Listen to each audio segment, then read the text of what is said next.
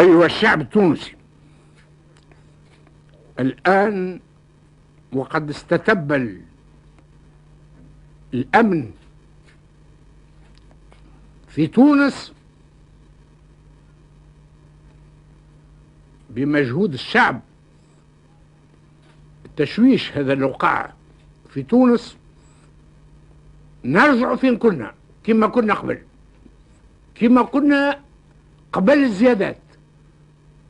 الزيادات في الخبز وفي السميد وفي المكرونة وكذا، لا، نخليهم الزيادات هذيك نوقفوهم، نرجعوا فين كنا، ونعطي أذن للحكومة باش بعد 3 شهور تجيب لي ميزانية أخرى.